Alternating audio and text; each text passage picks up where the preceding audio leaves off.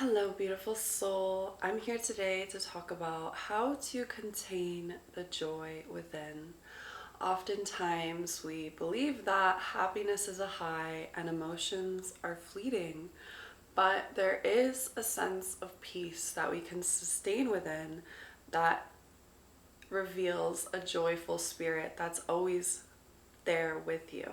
Welcome to my channel where I discuss the healing of the collective as I'm journeying through my own healing myself and bringing you along with me of my reflections and what I've experienced. In order to come into this space of honoring your deep joy and peace within, you have to know that you cannot manifest a beautiful life from misery. Can't create wishful thinking out of that reality. You have to begin from a place of peace, and peace is the ultimate practice. What is peace? To me, it is a clear sense of mind and direction. It's presence and it's safety within your body. If your goal is peace, then you are truly unstoppable because peace is not a reflection of the circumstances ahead of you or where you're at. Peace is just this internal home within that you have mastered finding as your own guide to be in that place again. But peace can also be found in your normal day-to-day experiences, which it's really where it's worth the most.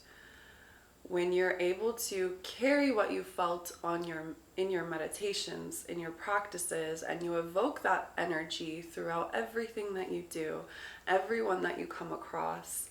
And this is truly the ultimate blessing of peace, because no matter what lies ahead, you've gathered yourself and attuned yourself to be in the frequency of the Creator, of God, of whatever your belief system is that connects you to that divine energy within. We can observe the changes necessary around us, but we cannot necessarily be in such misery that we just are begging to get out of where we are.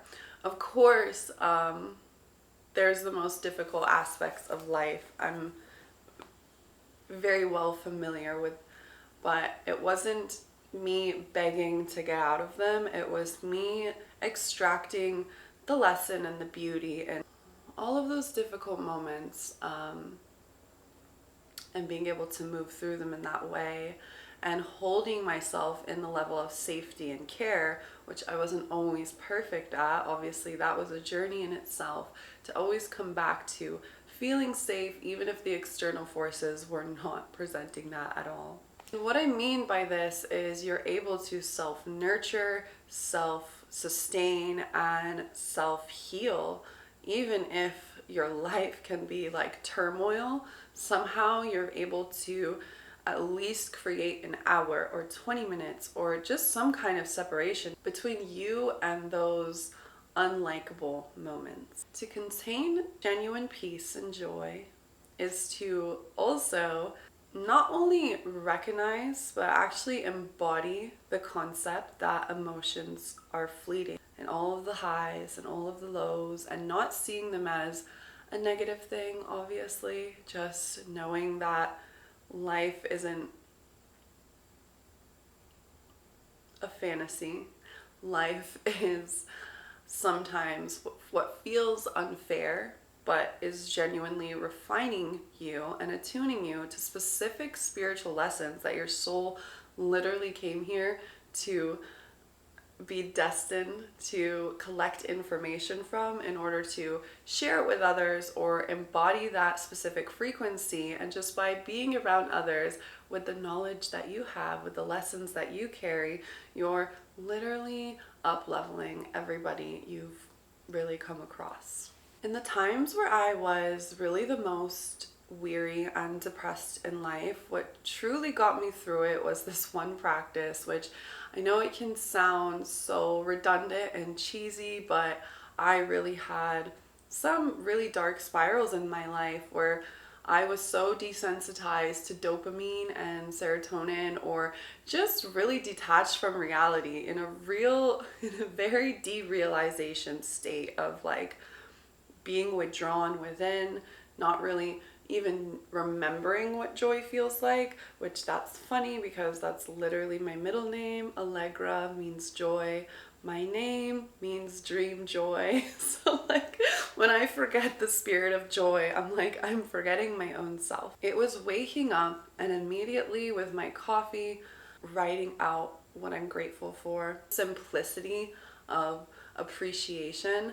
And this is probably like, maybe it sounds like those people who are like, why are you depressed? Just be happy. But really, it's not just about writing, it's about remembering. And like remembering that you get to wake up in a soft pillow and a soft blanket, and you get to wake up in pajamas, and like you get to stand up and like walk yourself to do your hygiene, and finding the worthiness in all of that, finding the beauty in all of that, and just expanding as you write in that energy of gratitude. Hey, when you start your day with the ultimate gift of gratitude, you are able to kind of be in the middle of something mundane and like maybe just doing your dishes, and you're like, wait, I have dishes to be able to eat, to be able to nourish myself with sometimes the food that I actually want to be eating. And it's like those little gifts of magic that you can actually expand on. And eventually your peace becomes your practice, and your practice becomes your lifestyle. It becomes the greater witnessing of your reality rather than this desensitization. This is truly like a lifelong journey. It can take years sometimes, and knowing that you are exactly where you're meant to be. If you're desensitized right now, it's because you're supposed to like learn how to resensitize all your feelings, remember the joy, remember the beauty and the gratefulness, be able to hold yourself through that, and eventually maybe help others hold themselves through that. So what happens when you're so used to kind of distorted feelings?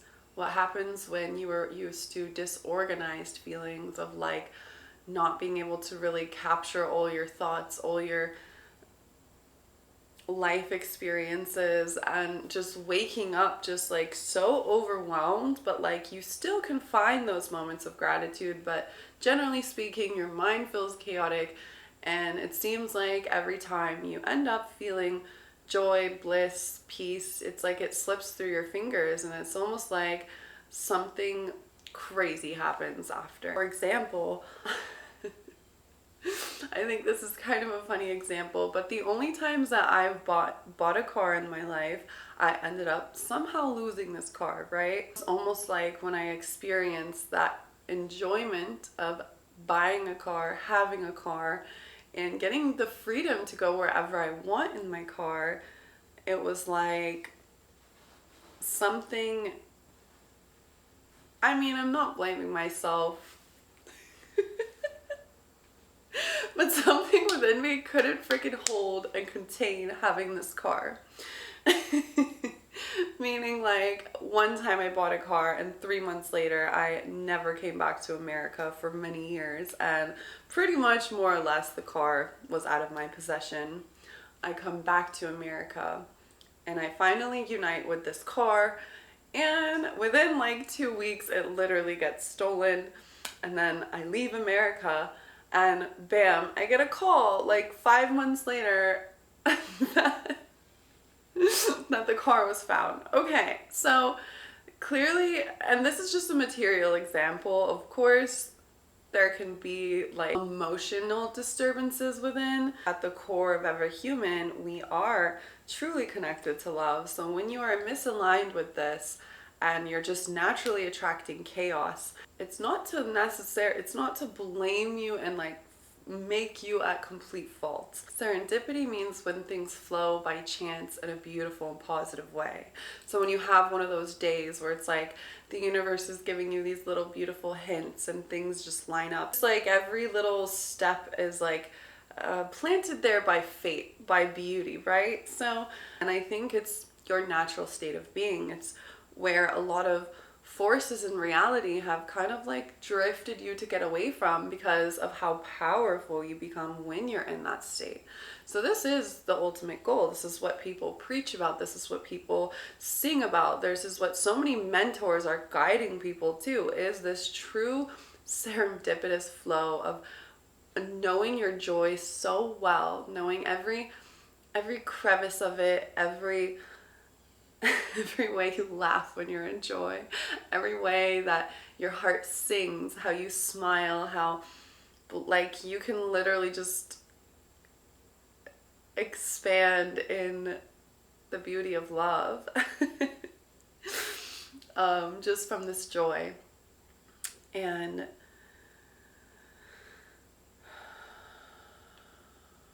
you have to just believe that you're worthy of it, that this is your birthright, that maybe there's stories that were so ever present and alive that kept you thinking that you're not worthy of that joy and that space of holding it.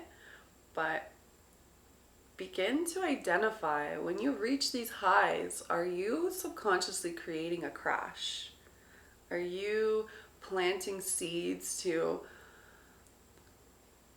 end up in triggering stories? Or are you re-traumatizing yourself somehow, some way, by creating a connection with someone you know that's going to end up hurting you? Are you creating fantasy stories over something that you know is eventually going to hurt you because you don't think that you're worthy of that joy? And so containing the joy is knowing that you are ever so deserving of it.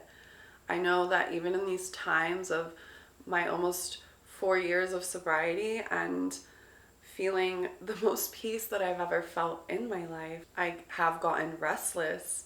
I have driven past bars, not necessarily to drink, but just to be in the energy of like what kind of feels like aliveness sometimes. Granted, I'm like so isolated here, more than I ever have been, and more alone. So I think it's like natural for me to like begin getting curious about being around people again. But let's just say I have driven past bars. I have like wanted to text people from my past. I have like been tempted to kind of go back to what I'm familiar with, but I am devoted to the unknown. I'm devoted to God. I'm devoted to the higher creator of it all.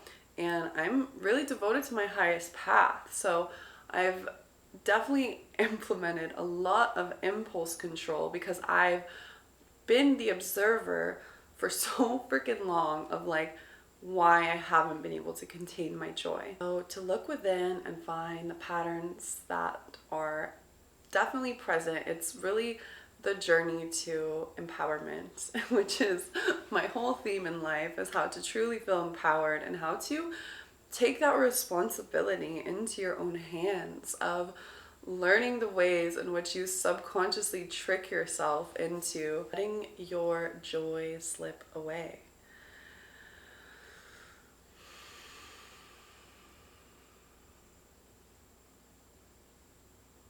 I think when you get used to the little spirit guides of love that have really been there in support, and you let that connection grow stronger, of seeing that when you're in flow and you've retracted and isolated yourself from that flow, or you begin feeding into, you know, stories that are just ready to dissolve, it actually gets easier over time. Like, of course, there's phases where everything is kind of thrown at your face and you have a million tests at your fingertips to evolve through, but eventually it does level out. I do think that the tests can get a bit stronger, especially in the beginning when you're like really creating the determination factor. and your willpower and your dedication. But then eventually now you can look at a test in the face and smile and say, no thank you, I'm good. Or just walk away. If you have any reflections of your patterns or the way you carry your joy, the way you contain it, the way you've evolved into devoting yourself to that beauty in your life, one way or another, you can comment below. And yeah, I got a little fancier today because I do believe even if you're staying home, you should still glam up a little bit. I love lounging around the house and just feeling a little more fabulous, you know? Remember to subscribe, and sending you so much love.